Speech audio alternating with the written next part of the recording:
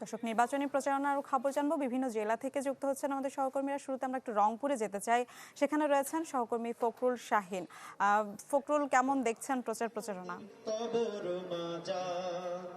চিন্তা কইরা দেখছে লোকে, চিন্তা কইরা দেখছে লোকে, এই সম্ভব ছিল আগে। রংপুরে চাঁদাবাজে ভোট দেব না কেউ, এবার চাঁদাবাজে ভোট দেব না কেউ। ঠিক না? চারিদিকে উঠছে পদযাত্রা এখানে হচ্ছে, এখানে এনসিপির যে কেন্দ্রীয় নেতারা আছেন তাদের এখানে কথা রয়েছে। এখানে হাসনাত আব্দুল্লাহ এবং আসিফ তাদের এখানে এসে কথা রয়েছে এবং নির্বাচনী পদযাত্রায় অংশগ্রহণ করার কথা রয়েছে। আমরা জানতে পেরেছি যে হাসনাত আব্দুল্লাহ এবং আসিফ মাহমুদ তারা দুজন ইতিমধ্যে রংপুরের পীরগঞ্জ শহীদ আবু সাইদের কবরস্থানে সেখানে কবর জিয়ারত করছেন এবং কবর জিয়ারত শেষে তারা এই রংপুর 4 আসনে আক্তার হোসেনের যে নির্বাচনী এলাকা সেখানে এসে এনসিপির সদস্য সচিব আক্তার হোসেন, এনসিপির প্রার্থী, তার এলাকায় এসে নির্বাচনী পদযাত্রা অংশগ্রহণ করবেন। প্রথমে তারা আসবেন রংপুরের কাউনিয়া বাস স্ট্যান্ড যে স্কুল মাঠ সেখানে আসবেন।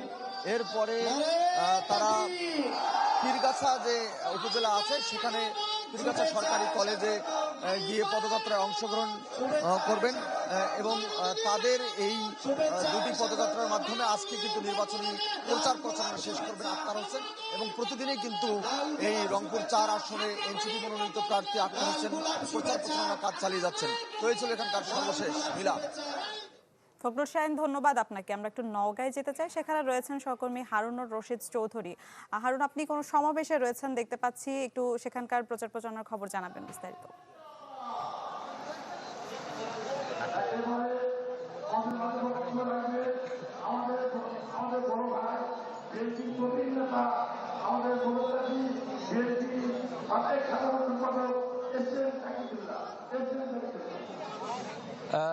আমরা আসলে আজকে আছি নওগাঁ 3 আসনে এবং এখানে দেখতে পাচ্ছেন যে বিএনপি মনোনীত যিনি প্রার্থী ফজলে হুদা বাবুল, তার একটি মূলত নির্বাচনী সমাবেশ এই মুহূর্তে হচ্ছে।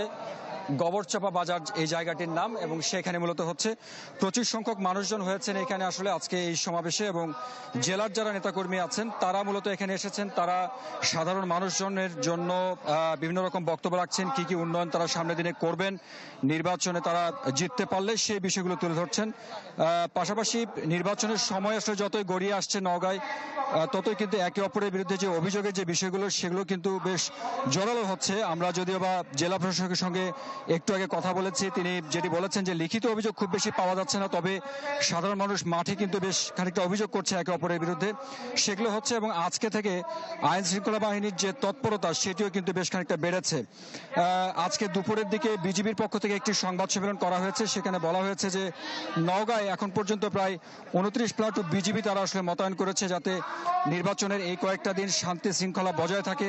পাশাপাশি নির্বাচনের আগের দিন এবং নির্বাচনের দিন সহ নির্বাচনের পরের কয়েকদিন যাতে আইন শৃঙ্খলা পরিস্থিতি কোনোভাবেই বিনষ্ট কেউ নষ্ট না করতে পারে সেই দিক বিবেচনায় আসলে তারা এই যে বিজেপি সেগুলো তারা আসলে মোতায়েন করেছেন।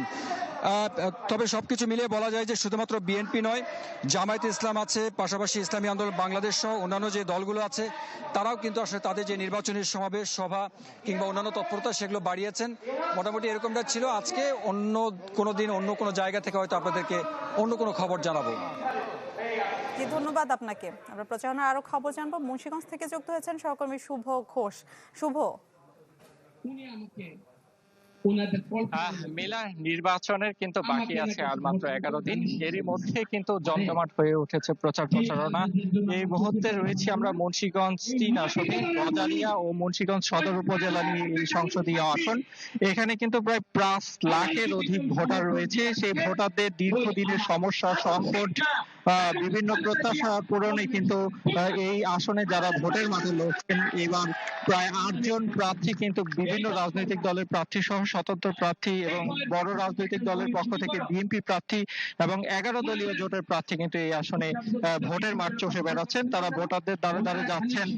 সকাল থেকে গভীর রাত পর্যন্ত তারা নির্বাচনী জনসভা, উঠান বৈঠক থেকে শুরু করে সব ধরনের প্রচারণা কিন্তু তারা চালাচ্ছেন। বিভিন্ন মানুষের দ্বারে দ্বারে গিয়ে ভোট প্রার্থনা করছেন। করেছেন। তারা বলছেন যে আসলে এবার নির্বাচনে আসলে ভোটাররা যত ভোট কেন্দ্রমুখী হয় এবং ভোটটি একটি উৎসব মুখর যে একটি আমেজ তৈরি হয় এবং সেই বিষয়টিকে তারা বেশি গুরুত্ব দিচ্ছেন এবং বিভিন্ন প্রতিশ্রুতি কিন্তু তারা দিচ্ছেন। তারা বলছেন এই মুহূর্তে বিএনপি প্রার্থী যিনি রয়েছেন মুন্সিগঞ্জ 3 আসনের কামরুজ্জামান রতন, তিনি কিন্তু বলছেন যে এই আগামী 3 ফেব্রুয়ারি কিন্তু আসলে বিএনপির পক্ষ থেকে আসলে নির্বাচনী যে ইস্তেহার সেটি ঘোষণা করা হবে।